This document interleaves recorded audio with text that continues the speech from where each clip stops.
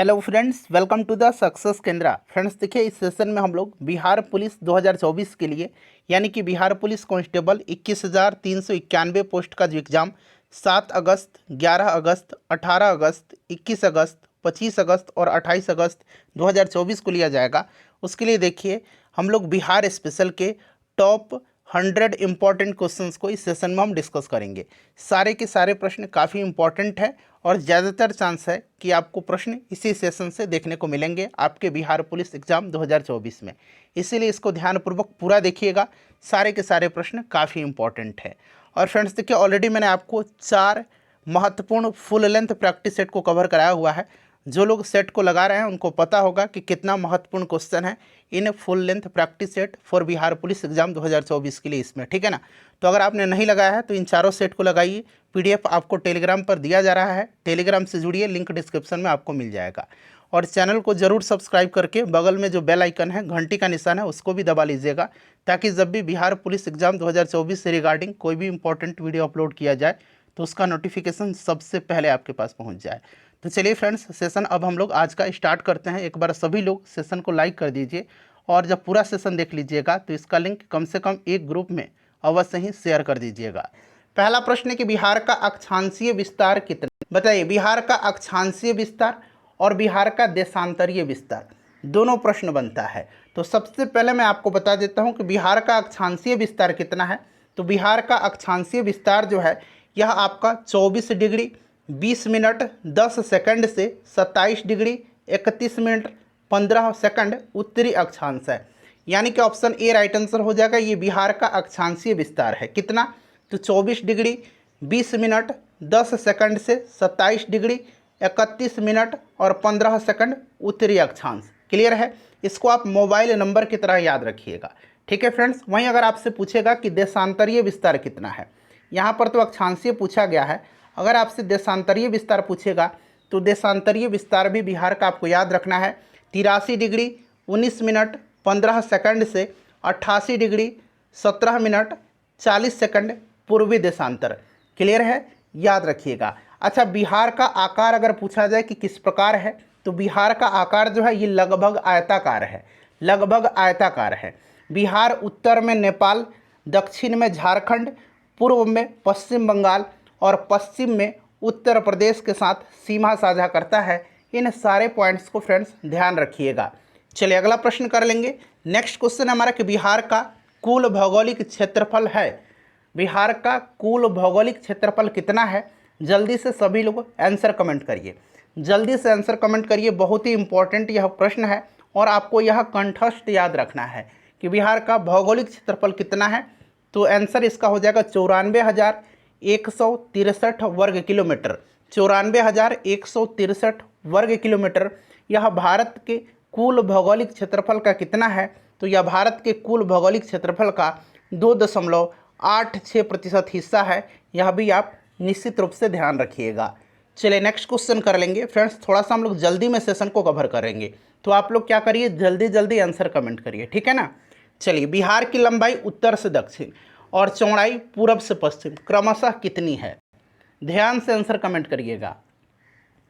सभी लोग बताइए कि बिहार की लंबाई उत्तर से दक्षिण और चौड़ाई पूरब से पश्चिम, पूर्व से पश्चिम क्रमशः कितनी है। तो यहाँ पर ध्यान दीजिएगा, बिहार की लंबाई उत्तर से दक्षिण आपको याद रखना है कितना है। तो उत्तर से दक्षिण बिहार की लंबाई 345 किलोमीटर है। कितना है भाई?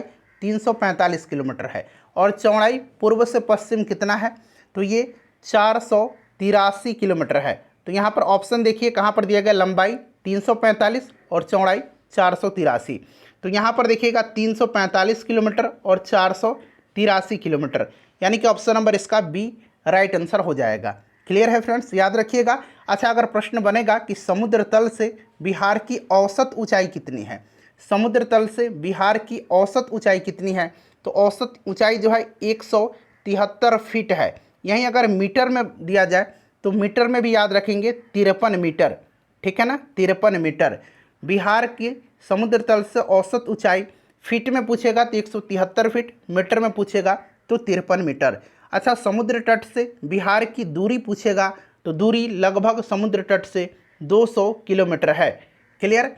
चलिए नेक्स्ट क्वेश्चन है हमारा कि निम्नलिखित में से कौन सा वन्यजीव अभयारण्य बिहार के मुंगेर जिला में स्थित है। निम्नलिखित में से कौन सा वन्यजीव अभयारण्य बिहार के मुंगेर जिला में स्थित है। चलिए सभी लोग आंसर कमेंट करिए। तो देखिए बिहार में जो है मुंगेर में कौन सा वन्यजीव अभयारण्य है, तो फ्रेंड्स यह भीम बांध वन्यजीव अभयारण्य है मुंगेर में। अच्छा, उदयपुर वन्यजीव अभयारण्य और वाल्मीकि टाइगर रिजर्व या फिर वाल्मीकि नेशनल पार्क, ये दोनों पश्चिम चंपारण जिला में है। राजगीर वन्यजीव अभयारण्य जो है ये कहाँ पर है, तो ये नालंदा में है। ये भी आप साथ साथ ध्यान रखिएगा। चलिए नेक्स्ट क्वेश्चन कर लेंगे फ्रेंड्स। और एक बार सभी लोग प्लीज़ फ्रेंड्स सेशन को लाइक कर दीजिए। लाइक बिल्कुल फ्री है, आपका कोई भी चार्ज नहीं लगेगा। लाइक करने से मुझे मोटिवेशन मिलता है। प्लीज़ लाइक ज़रूर किया करें और सेशन को ज़्यादा से ज़्यादा शेयर भी किया करें। चलिए निम्नलिखित में से कौन बिहार के साथ सीमा साझा करता है। बिहार के साथ इनमें से कौन सीमा साझा करता है, तो मैंने आपको पहले ही प्रश्न में बताया था कि बिहार उत्तर में नेपाल, दक्षिण में झारखंड, पूर्व में पश्चिम बंगाल और पश्चिम में उत्तर प्रदेश के साथ सीमा साझा करता है। तो यहाँ पर देखिए नेपाल ठीक है ना, याद रखिएगा। उत्तर में नेपाल, दक्षिण में झारखंड, पूर्व में पश्चिम बंगाल और पश्चिम में उत्तर प्रदेश के साथ सीमा साझा करता है। तो उपयुक्त सभी इसका राइट आंसर हो जाएगा। अगला प्रश्न है हमारा कि बिहार सोशलिस्ट पार्टी कब गठित हुई थी। बिहार सोशलिस्ट पार्टी का गठन कब हुआ था। चलिए आंसर कमेंट करिएगा। सारे के सारे आप देख सकते हैं इम्पॉर्टेंट प्रश्न ही हम कवर कर रहे हैं।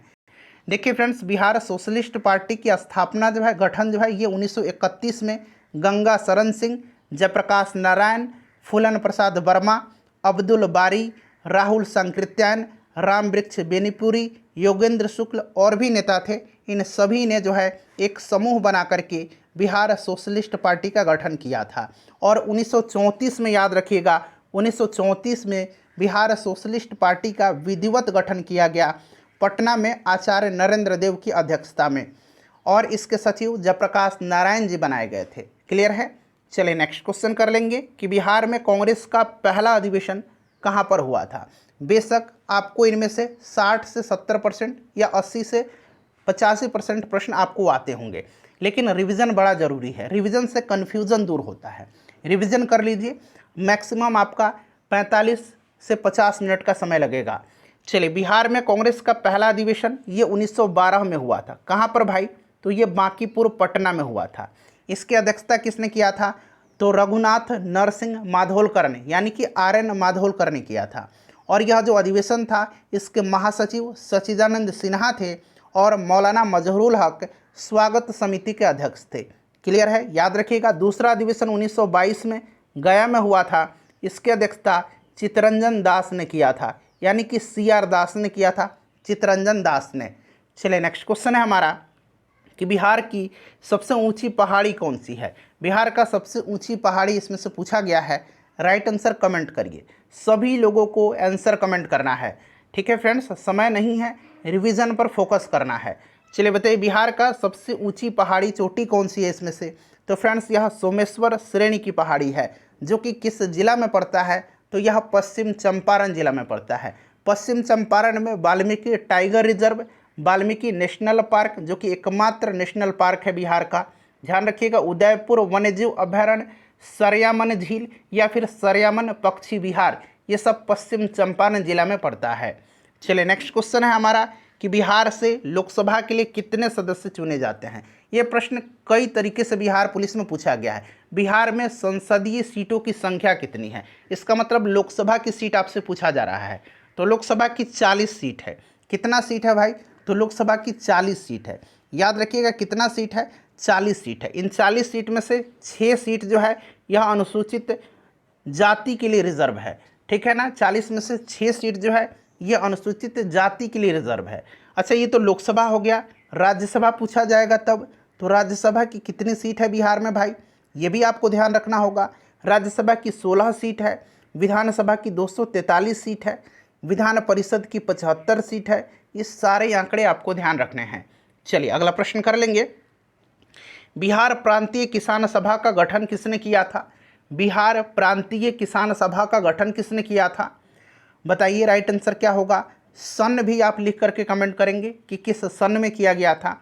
तो याद रखिएगा फ्रेंड्स, बिहार प्रांतीय किसान सभा का गठन जो है 1929 में जो है स्वामी सहजानंद सरस्वती जी ने किया था। Right answer option number B हो जाएगा, सहजानंद सरस्वती। ठीक है, चलिए नेक्स्ट क्वेश्चन करेंगे कि पटना उच्च न्यायालय की स्थापना कब हुई थी। पटना उच्च न्यायालय की स्थापना किस वर्ष में हुई थी। चलिए बताइए राइट आंसर क्या हो जाएगा। अच्छा, पटना उच्च न्यायालय के वर्तमान में मुख्य न्यायाधीश कौन है, ये भी प्रश्न बड़ा इंपॉर्टेंट है। तो देखिए इसकी स्थापना 1916 में हुई थी और वर्तमान में उच्च न्यायालय जो है पटना, इसके चीफ जस्टिस यानी कि मुख्य न्यायाधीश के विनोद चंद्रन हैं। कौन है फ्रेंड्स, के विनोद चंद्रन हैं। इनका नाम भी आप जरूर याद रखिएगा। चलिए अगला प्रश्न करेंगे कि मंदार पर्वत बिहार के किस जिला में स्थित है। चलिए बताइएगा, मंदार पर्वत जो है यह बिहार के किस जिला में है। देखिए जितने भी बिहार में प्रमुख पर्वत हैं उनसे प्रश्न एग्जाम में बनते हैं, तो ध्यान रखिएगा मंदार जो है यह बांका में है। अच्छा, मंदार पर्वत जो है इसका जिक्र समुद्र मंथन में भी आपने सुना होगा, सुना है ना, तो ये बांका में है, याद रखिएगा। चलो उसके बाद देखिएगा कि ककोलत जलप्रपात कहाँ पर स्थित है। ककोलत जलप्रपात जो है ये कहाँ पर है, जल्दी से आंसर कमेंट कर दीजिए कि ककोलत जलप्रपात कहाँ पर है। देखिए ककोलत जो है फ्रेंड्स याद रखिएगा, ककोलत जलप्रपात जो है यह नवादा में है। कहाँ पर है, तो नवादा में ककोलत है। ठीक है, चलिए अच्छा झील भी पूछा जाता है, तो कांवर झील तो आपको याद ही है बेगूसराय में है। अच्छा अनुपम झील कहाँ पर है, अनुपम झील इंपॉर्टेंट है।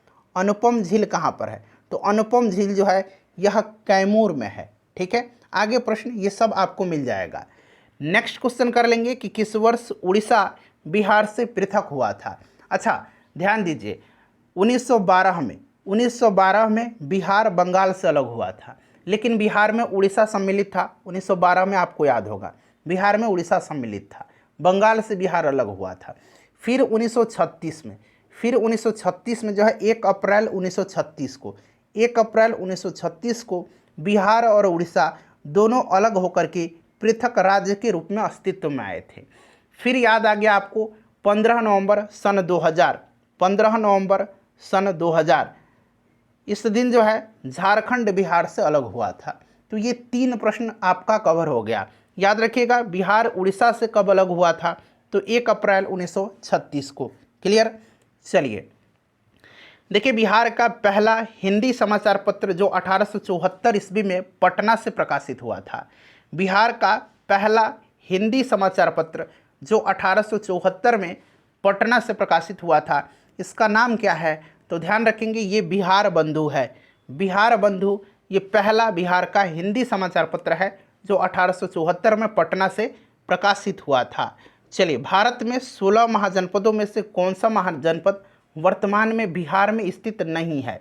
देखिए नहीं पूछा गया है। अच्छा ये जो 16 महाजनपद है इनके बारे में हमें जानकारी बौद्ध ग्रंथ अंगुत्तर निकाय और जैन ग्रंथ भगवती सूत्र से प्राप्त होती है। इन 16 महाजनपदों में से सबसे शक्तिशाली महाजनपद जो था ये मगध था। मगध महाजनपद ये बिहार में है। मगध की राजधानी जो थी ये गिरिब्रज या राजगृह थी। 3 महाजनपद बिहार में है, एक मगध है, एक अंग है, एक वज्जी है। मगध की राजधानी मैंने आपको बताया गिरिब्रज या राजगृह है। अंग की राजधानी चंपा है। कहाँ पर है, चंपा है। और वज्जी की राजधानी जो है ये वैशाली है। ये सब आप याद रखिएगा। तो कौन सा वर्तमान बिहार में स्थित नहीं है, तो ये अवंती हो जाएगा। ऑप्शन डी करेक्ट आंसर हो जाएगा। चलिए अगला प्रश्न करेंगे कि विक्रमशिला विश्वविद्यालय की स्थापना किस पाल वंश के राजा ने करवाई थी। विक्रमशिला विश्वविद्यालय की स्थापना विक्रमशिला, नालंदा और उदंतपुरी विश्वविद्यालय, याद रखिएगा। पहले देखिए विक्रमशिला विश्वविद्यालय की स्थापना पाल वंश के शासक धर्मपाल ने करवाया था। अच्छा उदंतपुरी विश्वविद्यालय की स्थापना पाल वंश का संस्थापक गोपाल ने करवाया था। और नालंदा विश्वविद्यालय की स्थापना कुमारगुप्त प्रथम ने करवाया था। चलिए नेक्स्ट क्वेश्चन है हमारा कि घोघा झील बिहार के किस जिला में है। घोघा झील या फिर गोगाबिल, एक गोगाबिल पक्षी बिहार है। ठीक है, याद रखिएगा। तो घोघा झील कहाँ पर है, घोघा झील या गोगाबिल पूछेगा तो इस तरह से आपको याद रखना है। ये कहाँ पर है, तो फ्रेंड्स यह कटिहार में है। कहाँ पर है, कटिहार में है, ध्यान रखिएगा, ठीक है ना। चलिए अगला प्रश्न है कि निम्नलिखित में से किस नदी को नारायणी तथा सदानीरा के नाम से जाना जाता है। कौन सी नदी जो है उसको नारायणी और सदानीरा के नाम से जाना जाता है। चलिए बताएंगे इसका करेक्ट आंसर क्या होगा। सभी लोग आंसर कमेंट करिए, सबको आंसर कमेंट करना है। और जिन लोगों ने अब तक सेशन को लाइक नहीं किया है प्लीज़ फ्रेंड्स एक बार सेशन को लाइक कर दीजिए। चलिए ये गंडक नदी है, गंडक को नारायणी भी कहा जाता है और सदानीरा इसका प्राचीन नाम है, आपको याद भी होगा, ठीक है।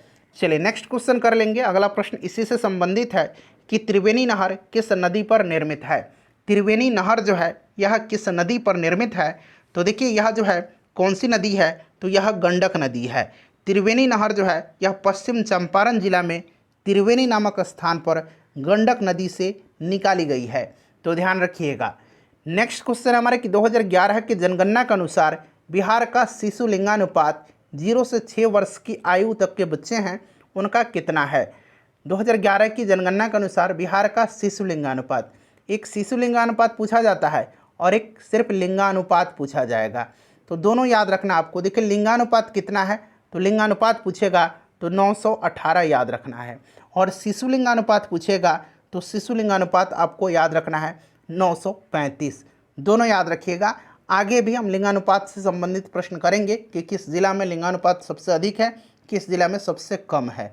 चलिए देखिए बिहार में जब पहली बार राष्ट्रपति शासन लागू किया गया उस समय बिहार के राज्यपाल कौन थे। अच्छा ये तो राज्यपाल हो गए, मुख्यमंत्री का भी नाम पूछा जा सकता है।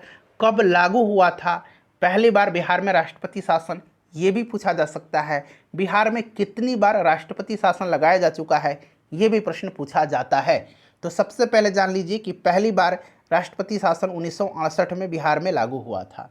उस समय मुख्यमंत्री कौन थे, तो मुख्यमंत्री भोला पासवान शास्त्री थे। भोला पासवान शास्त्री उस समय मुख्यमंत्री थे, और उस समय राज्यपाल जो थे ये नित्यानंद कानूनगो थे। बिहार में अब तक कितनी बार राष्ट्रपति शासन लगाया जा चुका है, तो 8 बार, ये भी आप याद रखिएगा। चलिए अगला प्रश्न है हमारा कि तृतीय बौद्ध संगति का आयोजन कहाँ किया गया था। अच्छा टोटल 4 बौद्ध संगतियाँ हुई है, याद है ना आपको। पहला बौद्ध संगति का आयोजन राजगृह में हुआ था अजातशत्रु के समय में। दूसरा कहाँ पर हुआ था, ये पहला हुआ था राजगृह में अजातशत्रु के समय में। दूसरा हुआ था कालाशोक के समय में वैशाली में। तीसरा हुआ था अशोक के शासनकाल में पाटलिपुत्र में। और चौथा कनिष्क के शासनकाल में कुंडलवन कश्मीर में। तो इस तरह से ये क्रम याद रखिएगा। आपसे तीसरा पूछा गया है तो पाटलिपुत्र इसका राइट आंसर हो जाएगा। नेक्स्ट क्वेश्चन हमारा कि पंचायती राज संस्थानों में महिलाओं को 50% आरक्षण देने वाला भारत का पहला राज्य कौन है। बड़ा ही इंपॉर्टेंट है, वैसे आप आंसर तो जानते ही होंगे क्योंकि हम लोग बिहार से संबंधित प्रश्नों को कवर कर रहे हैं। तो ये अपना राज्य बिहार है। बिहार पंचायती राज अधिनियम 2006 के तहत जो है बिहार 50% आरक्षण देने वाला महिलाओं को भारत का पहला राज्य है। नेक्स्ट क्वेश्चन हमारा कि बिहार विधानसभा में आरक्षित सीटों की संख्या। अब यहाँ पर थोड़ा सा गौर करिएगा। बिहार विधानसभा में टोटल सीटों की संख्या 243 है, ठीक है 243। अब इन 243 में से जो है यहाँ पर देखिएगा 38 सीट जो है ये एससी के लिए यानी कि अनुसूचित जाति के लिए, और 2 सीट जो है एसटी के लिए यानी कि अनुसूचित जनजाति के लिए रिजर्व है। यानी कि टोटल 40 सीट रिजर्व हो गया, आरक्षित हो गया। तो 243 में से 40 निकल जाएगा तो बच जाएगा कितना, 203 सीट। ये 203 सीट जो है ये अनरिजर्व्ड है, यानी कि यह आरक्षित नहीं है, यह अनारक्षित है। तो अगर यहाँ पर आरक्षित पूछा जा रहा है तो 40 टोटल है, 38 एससी के लिए और 2 एसटी के लिए, और अनरिजर्व पूछेगा, अनारक्षित पूछेगा तो 203 भी याद रखिएगा। चलिए विधान परिषद में सीटों की संख्या 75 है बिहार में, ये भी आप ध्यान रखिएगा। चलिए बिहार के कितने जिले पड़ोसी देश नेपाल के साथ सीमा साझा करते हैं। अब यहाँ पर देखिएगा नेपाल के साथ, झारखंड के साथ, उत्तर प्रदेश के साथ और पश्चिम बंगाल के साथ बिहार के कितने कितने जिले सीमा साझा करते हैं। तो सबसे पहले यहाँ पर देखिए नेपाल के साथ 7 जिला सीमा साझा करता है। कौन कौन से जिला, तो सीतामढ़ी, किशनगंज, अररिया, सुपौल, मधुबनी, पूर्वी चंपारण और पश्चिम चंपारण, ये 7 जिले हैं। तो राइट आंसर ऑप्शन नंबर इसका सी हो जाएगा। अच्छा झारखंड के साथ 8 जिले सीमा साझा करते हैं, उत्तर प्रदेश के साथ भी 8 जिले और पश्चिम बंगाल के साथ 3 जिला सीमा साझा करता है। चलिए नेक्स्ट क्वेश्चन कर लेंगे कि कांवर झील बिहार के किस जिला में है। देखिए कांवर लेक या कांवर झील हिंदी में पूछेगा तो याद रखना आपको ये कहाँ पर है। तो फ्रेंड्स कांवर झील जो है यह बिहार का पहला रामसर स्थल है, ये भी आप ध्यान रखिएगा। बिहार का पहला रामसर स्थल कांवर लेक है, ये बेगूसराय में है, तो बेगूसराय इसका करेक्ट आंसर हो जाएगा। नेक्स्ट क्वेश्चन करेंगे, बड़ा ही महत्वपूर्ण प्रश्न है। बिहार के कितने प्रमंडलों से होकर के गंगा नदी प्रवाहित होती है। कितने प्रमंडलों में से होकर के गंगा नदी प्रवाहित होती है। टोटल प्रमंडल की संख्या बिहार में कितनी है, तो 9 प्रमंडल है, याद रखिएगा। जिलों की संख्या 38 है, ये भी आप ध्यान रखिएगा, ठीक है। अब देखिए इन 9 प्रमंडलों में से केवल 2 प्रमंडल ऐसे हैं जहाँ से गंगा नदी प्रवाहित नहीं होती है। ये 2 प्रमंडल कौन से हैं जहाँ से गंगा नदी प्रवाहित नहीं होती है, तो ये कोसी और मगध है। कोसी और मगध है, कोसी और मगध है, ठीक है। तो बच गए कितने जिले से गंगा नदी प्रवाहित होती है, तो कितने प्रमंडल से, तो 7 प्रमंडल से, 2 प्रमंडल से नहीं प्रवाहित होती है, ठीक है। अच्छा जिला पूछेगा कि कितने जिलों से होकर के गंगा नदी बहती है, तो ये 12 जिले हैं, ठीक है, ये 12 जिले हैं, ये सब याद रखिएगा, ठीक है। चलिए देखिए भारतीय संविधान के किस अनुच्छेद में महाधिवक्ता का वर्णन किया गया है। काफ़ी इंपॉर्टेंट क्वेश्चन है।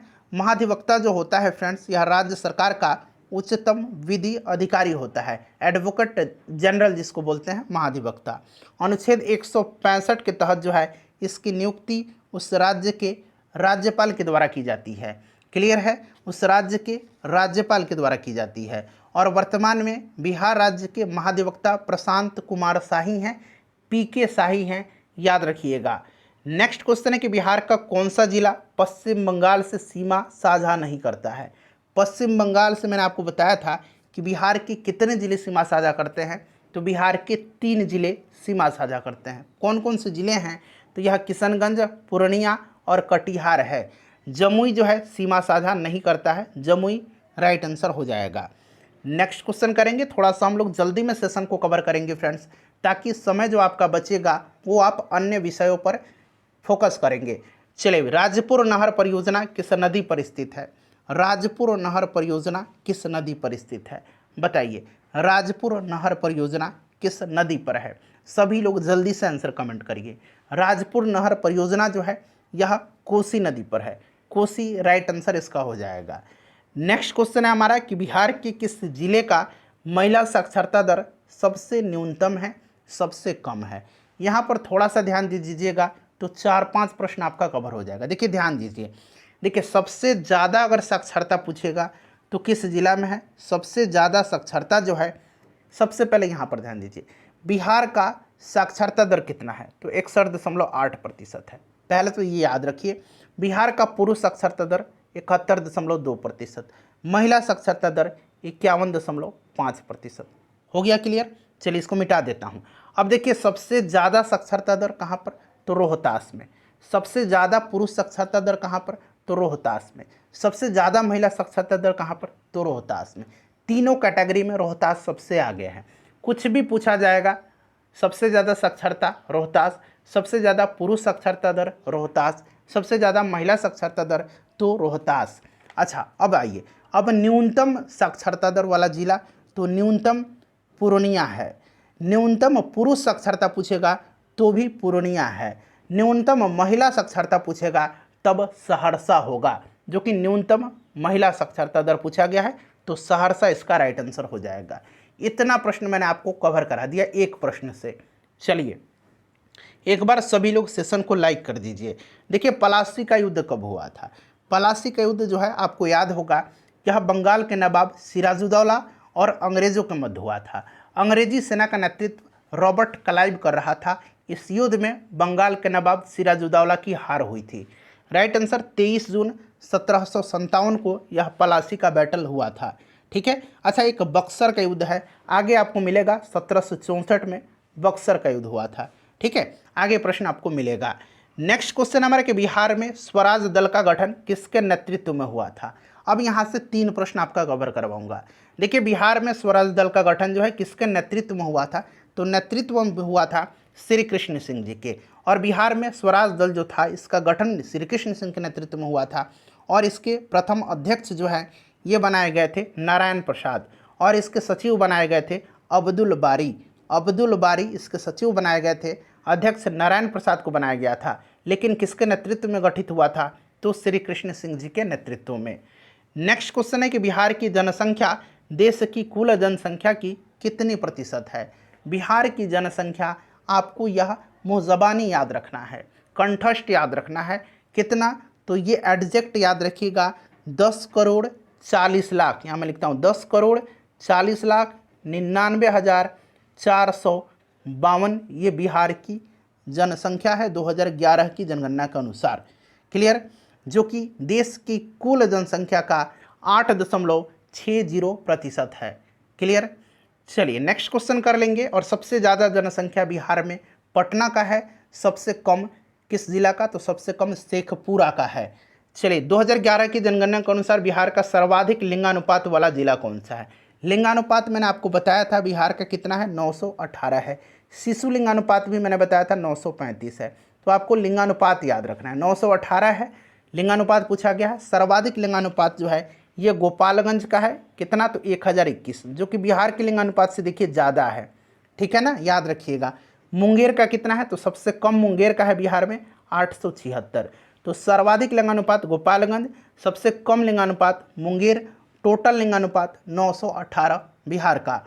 चलिए अगला प्रश्न है हमारा कि 2011 की जनगणना के अनुसार बिहार का सर्वाधिक जनघनत्व वाला जिला कौन सा है? सर्वाधिक जनघनत्व वाला जिला कौन सा है?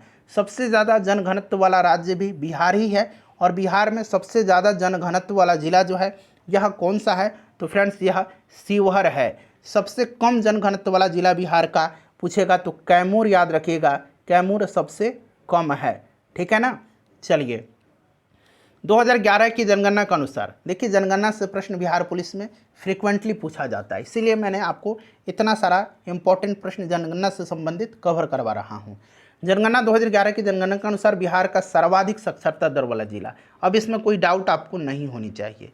सर्वाधिक साक्षरता दर रोहतास का, सर्वाधिक पुरुष साक्षरता दर भी रोहतास का, सर्वाधिक महिला साक्षरता दर भी रोहतास का। न्यूनतम साक्षरता दर मैंने आपको बता दिया पूर्णिया का है, न्यूनतम पुरुष साक्षरता दर में भी पूर्णिया, न्यूनतम महिला साक्षरता दर सहरसा। ठीक है ना। चलिए अगला प्रश्न करेंगे फ्रेंड्स कि ब्रह्मयोनी हिल्स बिहार के किस जिला में है? अब देखिए ब्रह्मयोनी पूछा गया है, 2-3 हिल्स और मैं बता रहा हूँ जो कि गया में ही है। ब्रह्मयोनी गया में है, गया में ब्रह्मयोनी है, गया में डुंगेश्वरी है, यहाँ मैं लिखता हूँ डुंगेश्वरी, डुंगेश्वरी गया में ही है। उसके बाद देखिए प्रेतशिला हिल्स गया में है, प्रेतशिला हिल्स गया में है, रामशिला भी गया में है, रामशिला हिल्स भी गया में है। ठीक है, याद रखिएगा। चलिए अगला प्रश्न करेंगे फ्रेंड्स कि बौंसी मेला का आयोजन कहाँ किया जाता है? 2-3 मेले बिहार के ऐसे काफ़ी फेमस हैं जो एग्जाम में पूछे जाते हैं। एक तो बौंसी मेला हो गया, दूसरा आपका हो जाएगा सौराठ मेला, सौराठ मेला, और एक मलमास मेला है, मलमास मेला, ये सब याद रखिएगा। सोनपुर मेला तो आपको पता ही है। ठीक है ना। देखिए बौंसी मेला का आयोजन बांका में होता है, सौराठ मेला का आयोजन जो होता है ये मधुबनी में होता है। कहाँ पर? मधुबनी में, यहाँ मधुबनी दिया गया। मलमास मेला का आयोजन राजगीर में होता है। ठीक है ना, याद रखिएगा। चलिए अगला प्रश्न है कि अजात शत्रु के उपनाम से जाने जाते हैं, अजात शत्रु के उपनाम से कौन जाने जाते हैं? अजात शत्रु और देश रत्न, याद रखिएगा, अजात शत्रु और देश रत्न के नाम से डॉक्टर राजेंद्र प्रसाद को जाना जाता है। विद्यापति जी को मैथिल कोकिल कहा जाता है, श्री कृष्ण सिंह जी को बिहार केसरी कहा जाता है, अनुग्रह नारायण सिंह को बिहार विभूति कहा जाता है। ठीक है। चलिए उसके बाद देखिएगा कि नालंदा विश्वविद्यालय की स्थापना किस गुप्त शासक ने करवाया था? मैंने आपको बता ही दिया था जब विक्रमशिला बता रहा था, तो ये कुमारगुप्त प्रथम हो जाएगा, ऑप्शन बी राइट आंसर हो जाएगा। चलो उसके बाद देखिएगा कि अजगैबीनाथ मंदिर जो है यह कहाँ है? अजगैबीनाथ मंदिर जो है ये कहाँ पर है? चलिए बताइए अजगैबीनाथ मंदिर कहाँ पर है? तो फ्रेंड्स ये भागलपुर में है अजगैबीनाथ का मंदिर। एक बार फ्रेंड्स प्लीज़ सभी लोग सेशन को लाइक कर दीजिए। देखिए बिहार राज्य विद्युत परिषद का गठन कब हुआ था? बिहार राज्य विद्युत परिषद का गठन कब हुआ था? जल्दी से आंसर कमेंट करिए। बिहार राज्य विद्युत परिषद का गठन कब हुआ था? तो ये 1 अप्रैल 1958 को हुआ था, 1 अप्रैल 1958, याद रखिएगा। चलिए अगला प्रश्न है हमारा कि सरयमन पक्षी विहार बिहार के किस जिला में स्थित है? मैंने बताया था सरयामन झील, सरयामन पक्षी विहार, Valmiki tiger reserve, Valmiki national park, ये सारे के सारे पश्चिम चंपारण जिला में हैं। ठीक है ना। चलिए नेक्स्ट क्वेश्चन कर लेंगे कि बिहार दिवस कब मनाया जाता है? बिहार दिवस कब मनाया जाता है? चलिए बताएंगे बिहार दिवस कब मनाया जाता है। तो याद रखिएगा बिहार दिवस प्रत्येक वर्ष 22 मार्च के दिन मनाया जाता है और अंतर्राष्ट्रीय जल संरक्षण दिवस भी 22 मार्च के दिन ही मनाया जाता है। ठीक है ना। चलिए उसके बाद देखिएगा कि बिहार में लोटा विद्रोह कब हुआ था? लोटा विद्रोह कब हुआ था और कहाँ पर हुआ था, ये भी आपको ध्यान रखना है। देखिए लोटा विद्रोह दरअसल मुजफ्फरपुर में हुआ था। मुजफ्फरपुर में जेल के कैदियों को पहले पीतल का लोटा दिया जाता था, लेकिन बाद में क्या हुआ कि पीतल के लोटे के स्थान की जगह पर मिट्टी का लोटा दिया जाने लगा, जिसके कारण विद्रोही कैदी जो थे ये विद्रोही हो गए। इन्होंने विद्रोह आरंभ कर दिया और ये लोटा विद्रोह मुजफ्फरपुर में 1856 में हुआ था। ऑप्शन ए राइट आंसर हो जाएगा। चलो उसके बाद देखिए डच व्यापारियों ने किस वर्ष पटना में फैक्ट्री स्थापित किया था? डचों ने अपनी फैक्ट्री किस वर्ष पटना में स्थापित किया था, यह प्रश्न पूछा जा रहा है। चलिए बताइएगा, सभी लोग आंसर कमेंट करिए। ये काफ़ी फेमस प्रश्न है। 1632 ईस्वी में पटना कॉलेज के उत्तरी इमारत में, आपको याद भी होगा। देखिए पटना में 1857 की क्रांति का नेतृत्व किसने किया था? अब वैसे बिहार में तो आपको पता है, बिहार में पूछा जाता है तो वीर कुंवर सिंह, ये बार बार प्रश्न पूछा जाता है। लेकिन अगर स्पेशली पटना में पूछेगा, पटना में 1857 की क्रांति का नेतृत्व किसने किया था, तो पीर अली खान ने किया था। पटना में 3 जुलाई 1857 को, 3 जुलाई 1857 को इन्हीं के नेतृत्व में क्रांति प्रारंभ हुआ था, पीर अली खां। ठीक है ना, याद रखिएगा। अगला प्रश्न कि चंपारण सत्याग्रह किस वर्ष हुआ था? गांधी जी का भारत में यह पहला सत्याग्रह आंदोलन था, चंपारण सत्याग्रह। 3 कठिया प्रथा के खिलाफ यह आंदोलन था। ठीक है ना, राइट आंसर 1917 इसका हो जाएगा। चलिए उसके बाद नेक्स्ट क्वेश्चन करेंगे कि बिहार का देशांतरीय विस्तार। देखिए अब ये प्रश्न फिर से मिल गया आपको। तो मैंने आपको अक्षांशीय विस्तार बताया था, 24 डिग्री 20 मिनट 10 सेकंड से 27 डिग्री 31 मिनट 15 सेकंड उत्तरी अक्षांश, यह आपका अक्षांशीय विस्तार है। अब देशांतरीय हो जाएगा आपका 83 डिग्री 19 मिनट 15 सेकंड से 88 डिग्री 17 मिनट 40 सेकंड पूर्वी देशांतर, ये देशांतरीय विस्तार है। चलिए बाकी मैंने डिटेल आपको बता ही दिया था। बिहार सरकार का सचिवालय कब कार्य करना शुरू किया? बिहार सरकार का सचिवालय कब कार्य करना शुरू किया? बिहार सरकार का सचिवालय पटना में है। ध्यान रखिएगा 1 अप्रैल 1912 को कार्य करना प्रारंभ किया था। क्लियर। चलिए उसके बाद नेक्स्ट क्वेश्चन हमारे कि समुद्र तल से बिहार की ऊंचाई कितनी है? मैंने फीट में भी बताया था आपको और मीटर में भी बताया था। चलिए ध्यान दीजिए, याद करिए कि मैंने क्या बताया था और इसका आंसर कमेंट करिए। बिहार का जो है समुद्र तल से ऊंचाई पूछा गया। अच्छा समुद्र तल है, समुद्र तट, समुद्र तट, समुद्र तट से दूरी अगर पूछा गया होता तो ये लगभग 200 किलोमीटर होता। ठीक है ना, 200 किलोमीटर।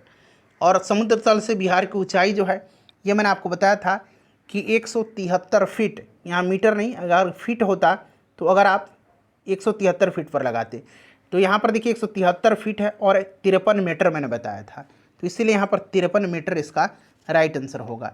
ठीक है ना, 53 मीटर इसका करेक्ट आंसर होगा। चलिए आगे बढ़ेंगे फ्रेंड्स, अगला प्रश्न कर लेंगे। नेक्स्ट क्वेश्चन है हमारा कि निम्नलिखित में से कौन सा पक्षी विहार बिहार के जमुई जिले में स्थित है? जमुई जिले में कौन सा जो है इसमें से पक्षी विहार स्थित है? चलिए बताइएगा। देखिए सुहियान जो है ये कहाँ पर है? सुहियान पक्षी विहार, तो सुहियान भोजपुर में है। उसके बाद सरयामन पक्षी विहार, सरयामन झील, ये पश्चिम चंपारण में है। कुशेश्वर पक्षी विहार जो है ये दरभंगा में है। नागीनकटी पक्षी विहार जो है यह जमुई में है। क्लियर। अगला प्रश्न है कि निम्नलिखित में से किसके साथ, देखिए किसके साथ जो है बिहार के सबसे अधिक जिला सीमा साझा करता है? किसके साथ बिहार के सबसे अधिक जिले सीमा साझा करते हैं? तो मैंने आपको बताया था कि बिहार जो है, बिहार उत्तर में नेपाल, दक्षिण में झारखंड, पूर्व में पश्चिम बंगाल और पश्चिम में उत्तर प्रदेश के साथ सीमा साझा करता है। नेपाल के साथ 7 जिले लगते हैं, पश्चिम बंगाल के साथ 3 जिले लगता है, झारखंड के साथ 8 जिला और उत्तर प्रदेश के साथ 8 जिला। तो उत्तर प्रदेश के 8 और झारखंड के साथ 8, यानी कि बी और सी इसका राइट आंसर हो जाएगा। चलिए नेक्स्ट क्वेश्चन है हमारा कि बिहार का राजकीय चिन्ह क्या है। बिहार का राजकीय चिन्ह, बिहार का राजकीय पशु, बिहार का राजकीय पक्षी, राजकीय वृक्ष, राजकीय पुष्प, ये सब याद रखना है। बिहार का राजकीय चिन्ह बोधि वृक्ष है। बिहार की राजकीय भाषा पूछेगा तो हिंदी है। दूसरी राजकीय भाषा उर्दू है। बिहार का राजकीय पशु गौर है, गौर यानी कि बैल है। कहीं कि आपको बैल या गौर दोनों मिलेगा, दोनों याद रखिएगा, ठीक है। पक्षी गौरैया है। राजकीय फूल गेंदा है। राजकीय वृक्ष जो पूछेगा तो पीपल है, ठीक है। ये सब आप ध्यान रखिएगा। चलिए आगे बढ़ते हैं। 2011 की जनगणना के अनुसार बिहार का साक्षरता दर कितना है। 2011 की जनगणना के अनुसार बिहार का साक्षरता दर मैंने बताया था 61.8% है। पुरुष साक्षरता दर बिहार में 71.2%, महिला साक्षरता दर 51.5%। सबसे ज़्यादा साक्षरता दर वाला जिला रोहतास, ठीक है, चाहे वह पुरुष साक्षरता दर हो या फिर महिला साक्षरता दर हो। नेक्स्ट क्वेश्चन हमारा कि रामशिला हिल्स बिहार में कहाँ पर अवस्थित है। मैंने बताया था आपको रामशिला, प्रेतशिला, डुंगेश्वरी, ब्रह्मयोनी हिल्स, ये सब गया में है, ठीक है ना, याद रखिएगा। अच्छा एक मुंडेश्वरी है, डुंगेश्वरी गया में है, लेकिन मुंडेश्वरी जब पूछेगा तो मुंडेश्वरी कैमूर में है, ठीक है। चलिए उसके बाद देखिएगा मंदार हिल्स बांका में है, ये तो मैंने पहले ही करा दिया है। बिहार में लोकसभा की कितनी सीटें आरक्षित हैं। लोकसभा की टोटल 40 सीट हैं, इतना तो आपको पता है। इन 40 में से मैंने आपको बताया था कि 6 सीट जो है यह एससी के लिए रिजर्व है, ठीक है। तो कितनी सीटें आरक्षित है लोकसभा की, तो आपका 6 सीट हो जाएगा। चलिए नेक्स्ट क्वेश्चन है हमारा कि स्वतंत्रता के पश्चात बिहार के प्रथम राज्यपाल कौन बने थे। स्वतंत्रता के पश्चात बिहार के राज्यपाल कौन बने थे, चलिए बताइएगा। स्वतंत्रता के पश्चात बिहार के प्रथम राज्यपाल कौन थे, तो जयराम दास दौलत राम राइट आंसर हो जाएगा। अगला प्रश्न है, देखिए निम्नलिखित में से किस अनुच्छेद के तहत बिहार वित्तीय स्थिति के पुनरावलोकन के लिए वित्त आयोग का गठन किया जाता है। काफ़ी इंपॉर्टेंट क्वेश्चन है फ्रेंड्स, जल्दी से इसका आंसर कमेंट करिए। किस अनुच्छेद के तहत बिहार वित्तीय स्थिति के पुनरावलोकन के लिए वित्त आयोग का गठन किया जाता है। तो देखिए राज्य वित्त आयोग का गठन जो है यह प्रत्येक 5 वर्ष पर वित्तीय स्थिति के पुनरावलोकन के लिए राज्यपाल करता है, अनुच्छेद 243 आई के तहत। ऑप्शन बी राइट आंसर हो जाएगा। बिहार के राज्यपाल कौन है वर्तमान में, जरा उनका नाम कमेंट करिए, तो जरा बताइए राज्यपाल कौन है अभी बिहार के। सभी लोग आंसर कमेंट करेंगे। राजेंद्र विश्वनाथ अर्लेकर जी हैं, ठीक है। बिहार विधानसभा के प्रथम अध्यक्ष कौन है, बिहार विधानसभा के प्रथम अध्यक्ष। अच्छा एक प्रश्न ये हो गया। और स्वतंत्रता के बाद अगर पूछेगा कि बिहार विधानसभा के प्रथम अध्यक्ष, तो स्वतंत्रता के बाद विंदेश्वरी प्रसाद वर्मा। और इस तरह से पूछेगा कि बिहार विधानसभा के प्रथम अध्यक्ष, तो रामदयालु सिंह। क्लियर। चलिए तेलहर कुंड जलप्रपात कहाँ पर है। तेलहर कुंड जलप्रपात बताइए। ककोलत जलप्रपात नवादा में है, बताया है मैंने आपको। तेलहर कुंड जो है ये कहाँ पर है, तेलहर कुंड कैमूर में है। कहाँ पर है, कैमूर में है। चलिए उसके बाद नेक्स्ट क्वेश्चन है, कब झारखंड बिहार से पृथक हुआ था। डेट सहित ये आपको याद रखना है। झारखंड बिहार से कब अलग हुआ था, तो 15 नवंबर सन 2000 को, ठीक है ना। चलिए बिहार का लोक नाट्य है। अच्छा लोक कला अगर पूछ ले, बिहार का लोक कला, बिहार का लोक कला, तो एक अहपन लोक कला है। अहपन पूछा भी गया बिहार पुलिस में, अहपन लोक कला कहाँ का है, तो अहपन बिहार का लोक कला है। बिहार का लोक नाट्य इसमें से जाट जाटिन है, भकुली बांका है, समा चकेवा है। तो उपयुक्त सभी इसका राइट आंसर हो जाएगा, उपयुक्त सभी। उसके बाद देखिएगा कि भारत में 16 महाजनपदों में से बिहार में स्थित अंग महाजनपद की राजधानी कहाँ पर है। 16 महाजनपद में से मैंने बताया था कि 3 महाजनपद वर्तमान बिहार में पड़ते थे। कौन कौन से, तो मगध। कौन कौन से, तो एक तो मगध हो गया। मगध के बाद कौन सा, तो मगध के बाद याद रखिएगा, मगध के बाद कौन, तो मगध के बाद अंग, अंग के बाद वज्जी। मगध, अंग और वज्जी 3 महाजनपद। तो बिहार में जो है स्थित अंग महाजनपद की राजधानी चंपा थी, मगध की राजधानी राजगृह या गिरिब्रज थी, और वज्जी की राजधानी वैशाली थी। चलिए अगला प्रश्न है हमारा कि उदंतपुरी विश्वविद्यालय की स्थापना किस पाल वंश के राजा ने करवाया था। तो मैंने आपको बताया था कि उदंतपुरी की स्थापना गोपाल ने करवाया था, विक्रमशिला विश्वविद्यालय की स्थापना धर्मपाल ने करवाया था, और नालंदा विश्वविद्यालय की स्थापना कुमारगुप्त प्रथम ने करवाया था। चलिए, जगतपुर झील बिहार के किस जिला में है? जगतपुर झील बिहार के किस जिला में है? बताइए राइट आंसर क्या होगा। जगतपुर झील बिहार के किस जिला में है? जगतपुर झील जो है ये भागलपुर में है। कहाँ पर है भाई? तो यह भागलपुर में है। नेक्स्ट क्वेश्चन है कि क्षेत्रफल के अनुसार बिहार का सबसे छोटा प्रमंडल कौन सा है? प्रमंडल पूछा गया है, छोटा प्रमंडल कौन सा है? चलिए, प्रमंडल टोटल 9 प्रमंडल हैं, आपको याद है ना, और 38 जिला है। तो आपसे प्रमंडल पूछा जा रहा है, 9 प्रमंडल हैं, इनमें से सबसे छोटा जो है यह भागलपुर प्रमंडल है। भागलपुर में केवल 2 ही जिला आता है, कौन कौन से? तो एक स्वयं भागलपुर और दूसरा बांका, ठीक है ना, याद रखिएगा। नेक्स्ट क्वेश्चन है कि जयप्रकाश सेतु किस नदी पर स्थित है? जयप्रकाश सेतु किस नदी पर स्थित है? बिहार में है ये सब। जयप्रकाश सेतु जो है यह गंगा नदी पर स्थित है, ठीक है ना, गंगा नदी पर स्थित है। चलिए, 2011 की जनगणना के अनुसार बिहार का लिंगानुपात कितना है? तो मैंने बता दिया था, लिंगानुपात 918, शिशु लिंगानुपात 935। सबसे ज़्यादा लिंगानुपात गोपालगंज का, सबसे कम लिंगानुपात मुंगेर जिला का। नेक्स्ट क्वेश्चन कर लेंगे। अब यहाँ से कोई भी प्रश्न बनेगा तो आपका नहीं छूटेगा, इतना बेहतरीन तरीके से मैंने आपका रिवीजन करा दिया। देखिए, कोपेन की जलवायु वर्गीकरण के अनुसार उत्तरी बिहार को किस जलवायु क्षेत्र में विभक्त किया गया है? अच्छा, ये कोपेन की जलवायु वर्गीकरण के अनुसार उत्तरी बिहार को तो CWG में, और अगर दक्षिणी बिहार पूछेगा, दक्षिणी बिहार को किस जलवायु क्षेत्र में रखा गया है? तो AW में, ठीक है ना, दोनों को आप याद रखिएगा। नेक्स्ट क्वेश्चन है, एक बार सभी लोग फ्रेंड्स प्लीज सेशन को लाइक कर दीजिए। देखिए, प्रथम जैन संगति का आयोजन कहाँ पर हुआ था? जैन संगति पूछा गया है। तो पहला जैन संगति का आयोजन जो हुआ था फ्रेंड्स, यह पाटलिपुत्र में हुआ था। कहाँ पर? पाटलिपुत्र में, चंद्रगुप्त मौर्य के शासनकाल में और स्थूलभद्र की अध्यक्षता में, ठीक है ना, पहला जैन संगति। दूसरा जैन संगति कहाँ पर हुआ था? तो बल्लभी गुजरात में हुआ था। दूसरा जो हुआ था ये बल्लभी गुजरात में हुआ था, पहला पाटलिपुत्र में हुआ था। सब याद रखना आपको। देखिए, बिहार के कुल भौगोलिक क्षेत्रफल का कितना प्रतिशत वनावरण है? बिहार के कुल भौगोलिक क्षेत्रफल का कितना प्रतिशत वनावरण है, जरा बताइए, राइट आंसर कमेंट करिए। तो देखिए, ये जो नया फॉरेस्ट रिपोर्ट है 2021 के अनुसार कितना प्रतिशत वनावरण है? तो 7.84%, ठीक है।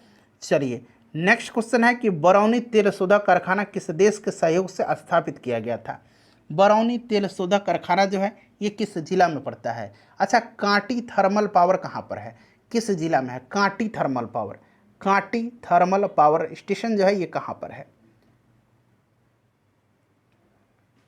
किस जिला में है? जिला का नाम कमेंट करिएगा। स्टेशन बताइए। कांटी थर्मल पावर मुजफ्फरपुर जिला में आता है, ठीक है।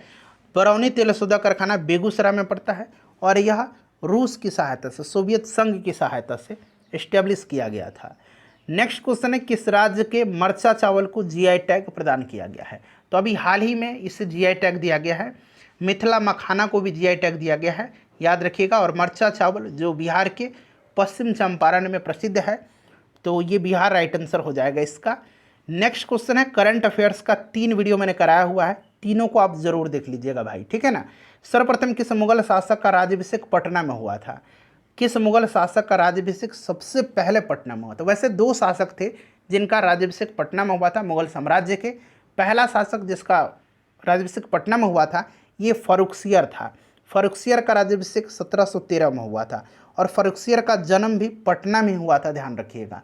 दूसरा शासक जिसका राज्याभिषेक पटना में हुआ था यह शाह आलम द्वितीय था। शाह आलम द्वितीय का राज्याभिषेक पटना में अंग्रेजों के संरक्षण में अंग्रेजी फैक्ट्री में किया गया था। मुंगेर को अपनी राजधानी बनाने वाला पाल शासक कौन था? मुंगेर को अपनी राजधानी बनाने वाला पाल शासक कौन था? चलिए आंसर कमेंट करिए, सभी लोग इसका आंसर कमेंट करेंगे। कौन सा पाल शासक था जिसने मुंगेर को राजधानी बनाया था? तो यह देवपाल था। कौन था? देवपाल था। पाल वंश का संस्थापक गोपाल था, याद रखिएगा। अगला प्रश्न है कि भारतीय संविधान के किस अनुच्छेद में महाधिवक्ता को राज्य विधानमंडल में बोलने यानी कि विधानसभा में बोलने और इसकी कार्यवाही में भाग लेने का अधिकार है? अनुच्छेद 165 मैंने आपको बताया था। इसमें राज्य के जो महाधिवक्ता है, एडवोकेट जनरल है, इसकी नियुक्ति राज्यपाल के द्वारा की जाती है। और अनुच्छेद 177 के तहत यह विधानसभा में बोल सकता है, इसकी कार्रवाई में भाग ले सकता है, परंतु उसको मत देने का अधिकार नहीं है, ठीक है। अनुच्छेद 177 आप याद रखेंगे। चलिए अगला प्रश्न करेंगे कि बिहार का कौन सा जिला नेपाल और उत्तर प्रदेश दोनों के साथ सीमा साझा करता है।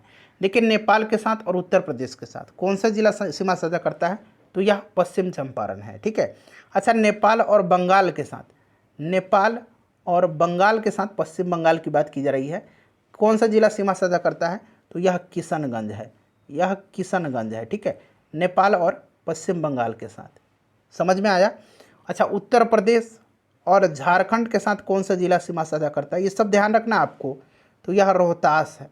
कौन है, तो यह रोहतास है। ठीक है। अच्छा, झारखंड और पश्चिम बंगाल के साथ कौन सा जिला सीमा साझा करता है, तो ये कटिहार है, ये कटिहार है। ठीक है ना। तो याद रखिएगा, नेपाल और उत्तर प्रदेश पश्चिम चंपारण, नेपाल और पश्चिम बंगाल किशनगंज, उत्तर प्रदेश और झारखंड रोहतास, झारखंड और पश्चिम बंगाल कटिहार। चलिए आगे बढ़ेंगे कि सर्वप्रथम बिहार को दिल्ली सल्तनत के अधीन किसने किया था। सर्वप्रथम बिहार को दिल्ली सल्तनत के अधीन किसने किया था। चलिए बताइए राइट आंसर क्या हो जाएगा। सर्वप्रथम बिहार को दिल्ली सल्तनत के अधीन जो है यह इल्तुतमिश ने किया था। किसने किया था, इल्तुतमिश ने। अगला प्रश्न कि 2011 की जनगणना के अनुसार बिहार की दशकीय जनसंख्या वृद्धि दर कितना है, यानी कि 2001 से लेकर के 2011 के मध्य को दशकीय कहा जाएगा, 10 वर्ष है, इसमें जनसंख्या वृद्धि दर कितना है बताइए। 2011 की जनगणना के अनुसार बिहार की दशकीय जनसंख्या वृद्धि दर कितना है, तो फ्रेंड्स यह 25.4% है। क्लियर। चलिए उसके बाद देखिएगा कि बक्सर के युद्ध में अंग्रेजी सेना का नेतृत्व किसने किया था। बक्सर के युद्ध में मैंने बताया था आपको कि आगे मिलेगा 1764 में हुआ था। मीर कासिम, अवध के नवाब शुजाउद्दौला और मुगल सम्राट शाह आलम द्वितीय की सेना एक तरफ थी और दूसरे तरफ अंग्रेज लड़ रहे थे। अंग्रेजी सेना का नेतृत्व हेक्टर मुनरो कर रहा था। इसमें अंग्रेजी सेना का जीत हुआ था। पलासी के युद्ध में अंग्रेजी सेना का नेतृत्व रॉबर्ट क्लाइव कर रहा था। सिराजुद्दौला और रॉबर्ट क्लाइव के मध्य हुआ था, उसमें भी अंग्रेज जीते थे। बिहार में होम रूल लीग का गठन किसके नेतृत्व में हुआ था। बिहार में होम रूल लीग का गठन किसके नेतृत्व में हुआ था। 16 दिसंबर 1916, याद रखिएगा 16 दिसंबर 1916 को मौलाना मजहरुल हक की अध्यक्षता में बांकीपुर में बिहार में होम रूल लीग का गठन हुआ था। किसके नेतृत्व में, तो मौलाना मजहरुल हक के नेतृत्व में। चलिए बिहार विद्यापीठ का उद्घाटन कब हुआ था। बिहार विद्यापीठ का उद्घाटन जो है यह महात्मा गांधी जी ने किया था। महात्मा गांधी जी ने किया था, ध्यान रखिएगा 6 फरवरी 1921 को, 6 फरवरी 1921 को, और इसके प्रथम कुलपति मौलाना मजहरुल हक को बनाया गया था। ठीक है। चलिए बिहार के किस जिले का जनसंख्या सबसे न्यूनतम है, तो मैंने बताया था सबसे ज़्यादा जनसंख्या वाला जिला बिहार का पटना है, और सबसे कम जो है जनसंख्या यह आपका शेखपुरा का है। 10,40,99,452, 10,40,99,452 ये बिहार की जनगणना है। ठीक है ना, ये आपको एग्जैक्ट याद रखना है। चलो उसके बाद नेक्स्ट क्वेश्चन है कि वर्धमान महावीर को निर्वाण कहाँ पर प्राप्त हुआ था। वर्धमान महावीर को निर्वाण कहाँ पर प्राप्त हुआ था। इनका जन्म कुंडग्राम वैशाली में हुआ था और निर्वाण इनको पावापुरी में प्राप्त हुआ था, पावापुरी। और गौतम बुद्ध की मृत्यु महापरिनिर्वाण उनको प्राप्त हुआ था कुशीनगर में। चलो उसके बाद नेक्स्ट क्वेश्चन है कि 1857 के विद्रोह के समय पटना का कमिश्नर कौन था। तो मैंने आपको बताया था कि पटना का कमिश्नर उस समय विलियम टेलर था, विलियम टेलर था। पीर अली खां के नेतृत्व में पटना में 1857 की क्रांति की शुरुआत हुई थी। चलो उसके बाद देखिएगा कि साइमन कमीशन पटना कब आया था। साइमन कमीशन वैसे भारत आया था 3 फरवरी 1928 को, आपको याद होगा। पटना कब आया था, तो पटना यहाँ कब आया था, 12 दिसंबर 1928 को। ठीक है। चलिए पटना में रामकृष्ण सोसाइटी की स्थापना किसके द्वारा की गई थी। पटना में रामकृष्ण सोसाइटी की स्थापना किसके द्वारा की गई थी। तो देखिए रामकृष्ण सोसाइटी की स्थापना पटना में 1906-07 में जो है किसने किया था, 1906-07 में बाबा ठाकुर दास के द्वारा किया गया था, याद रखिएगा। चलिए उसके बाद नेक्स्ट क्वेश्चन है हमारा कि बिहार सोशलिस्ट पार्टी कब गठित हुई थी। ये प्रश्न मैंने आपको करा दिया था।